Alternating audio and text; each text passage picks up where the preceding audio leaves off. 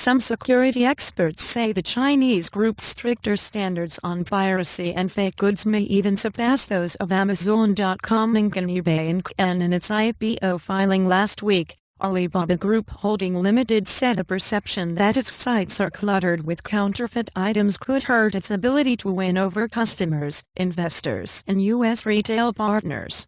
The group, founded by entrepreneur Jack Ma 15 years ago, has stepped up efforts to clean house over recent years. And for example, Eduardo de Arcos last summer stumbled across a supplier attempting to make a counterfeit version of a floating pool toy his company made.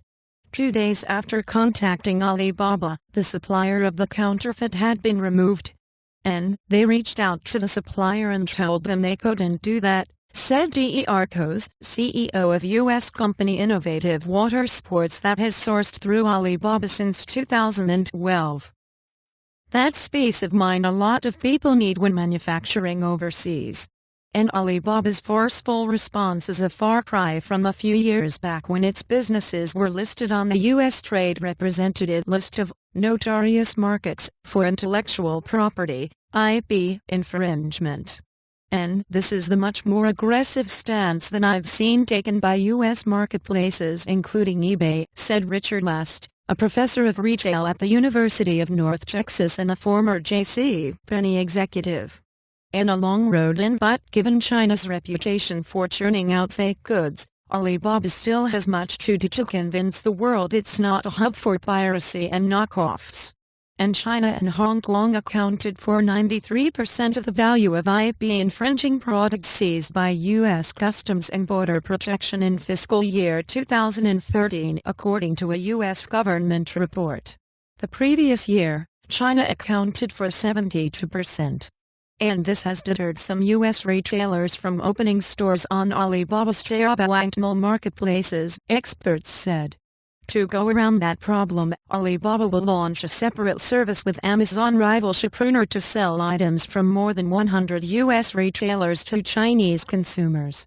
And in its IPO filing, Alibaba acknowledged it could be exposed to lawsuits. Although we have adopted measures to verify the authenticity of products sold on our marketplaces and minimize potential infringement of third-party intellectual property rights, these measures may not always be successful, it warned. We may be subject to allegations and lawsuits claiming that items listed on our marketplaces are pirated, counterfeit or illegal. And listing in the United States may expose Alibaba to the kind of lawsuits over selling counterfeit goods that eBay and Amazon have fought for years, a magnet for litigious companies that don't now have to fight Alibaba on Chinese turf. And I'm sure people will have a go, said Chris Bailey, a China-based executive at IP law firm Rouse. The value of suing someone in the U.S. if you win is greater than China. And merchant mischief in making things tougher for Alibaba, whose websites shift more goods than eBay and Amazon combined. Merchants touting their fake goods are both savvy and persistent. They also use social networks like microblogs and mobile messaging apps to speak to potential customers and arrange payment and delivery, making it harder for Alibaba to track them.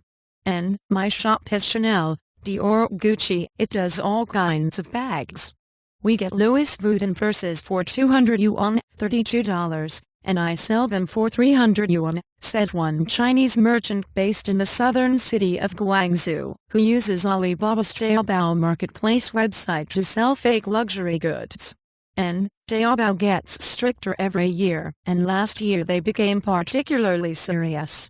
I heard it was because they IPO, said the merchant, who didn't want to be named for fear of his business being damaged or legal repercussions.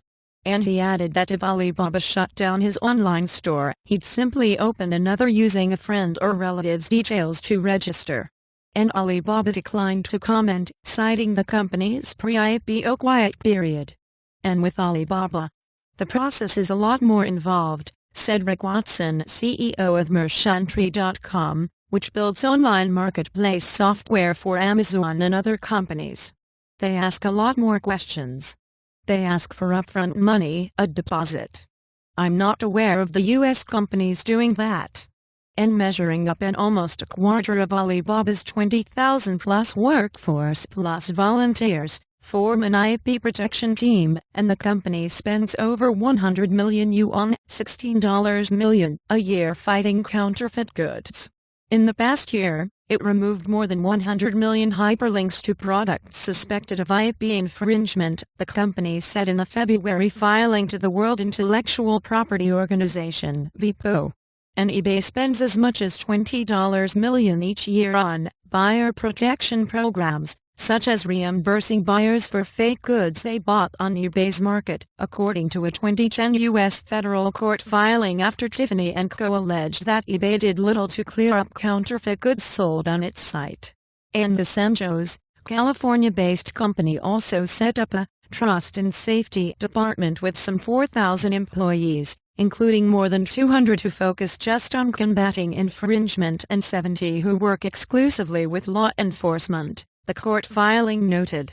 eBay has a total workforce of around 33,500.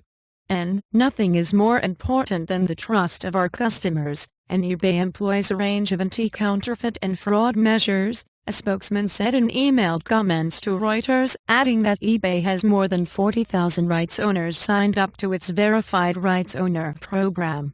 And according to its WIPO filing, Alibaba's Taobao had 36,000 registered rights holders by 2013.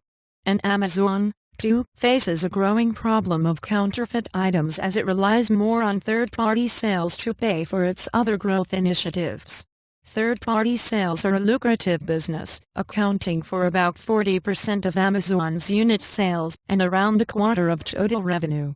And as of 2012, Amazon had more than 100 employees in risk investigation, including counterfeit listings, according to a California court filing that year. The company estimated it blocks 5,900 sellers a year suspected of infringing conduct and canceled 4 million seller listings over the course of a year. Amazon declined to comment for this article. And for Alibaba, countering the counterfeiters should both reduce the risk of fending off lawsuits and make it more attractive to overseas clients and investors. And in this business, reputation is everything, said Kent Cole, Managing Director of Greater China and North Asia for Control Risks, a risk consulting firm.